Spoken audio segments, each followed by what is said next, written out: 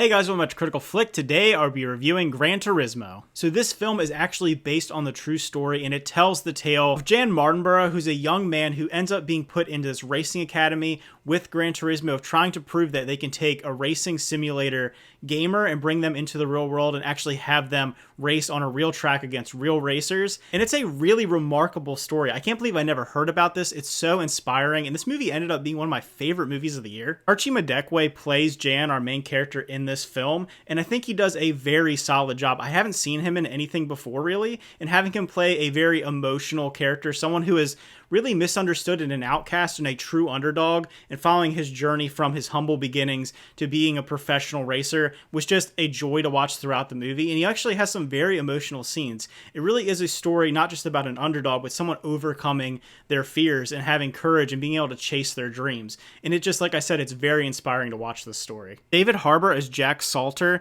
is a real scene stealer for me. He plays kind of the coach in this film. He's the person who's training our young racer to be a professional, and he has a lot of ghosts in his past, and he's struggling with those, and having some scenes where he really needs to overcome those and be inspiring, I think were some of the best in the film. I think the chemistry between both of them was phenomenal, and it's really the thing I think that sets the film apart, that and some of the technical aspects that Neil Blomkamp brings to this. Speaking of which, I am a big fan of Neil Blomkamp. I've liked all his movies. Yes, I like Chappie, I like Elysium. Those two, I think, are decent films and don't get enough credit, but in this movie, he gets an opportunity to integrate kind of his technical aspects into a more down, real-to-earth film, and having those scenes where he's able to kind of put the video game visuals onto real life, I think are really well done. This movie is one of my favorite video game movies. While it's not kind of an adaptation of a video game, he's able to integrate the elements that people love and enjoy about the game into the movie really seamlessly. Being able to see the movie from the perspective of the driver, visualizing these elements into the real world, and having this like augmented reality effect helped elevate the movie. There's really cool scenes where you're hearing the sound effects or you're seeing the visuals, whether it be the lines on the tracks or having kind of the place cards over who's in what position. I think it works really well. There's also a lot of scenes using CGI where the car is breaking apart or things are being moved away, and you're seeing it from a very small visual component aspect, and you're also seeing inside of the vehicle while the engine's roaring, everything moving, the pistons hitting, and I think that helps add to the tension. The movie does keep you on the edge of the seat in the racing scenes. I think it does it just as well as a film like Ford versus Ferrari that I really enjoyed from a few years ago. And while this movie may not be as impressive on a dramatic or acting scale as that film, I do think this movie is a lot of fun. With it being over 2 hours long, I never thought it was boring. It kept me on the edge of my seat. There's a huge dramatic moments, and in the middle of the film, it slows down a little bit, but I think it's important because it helps drive forward the mindset of our characters. I know some people might not love the pacing because it is kind of, the beginning of the film is very much about him racing against his fellow sim drivers and getting his license and being able to actually race on a real track.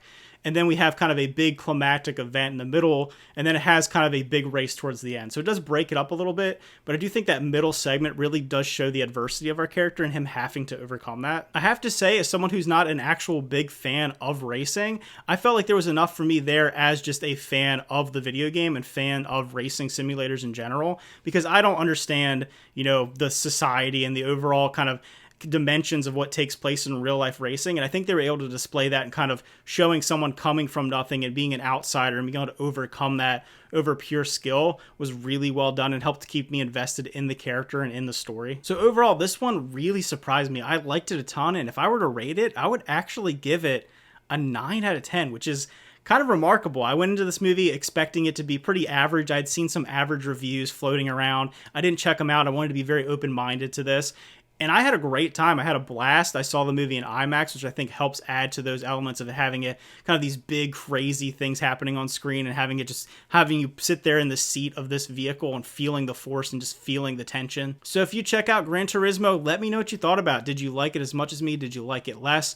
I always love to hear people's opinions that maybe didn't enjoy a movie that I really liked. So if you check it out and you didn't like it or it didn't resonate with you, I'd love to hear what your thoughts are about it. Like I said, it has a lot going for me. I love the video games. I love the director. I think David Harbour is a great actor. So all the things in there worked well for me. So again, thanks for watching. Remember to like and subscribe, and see you guys next time.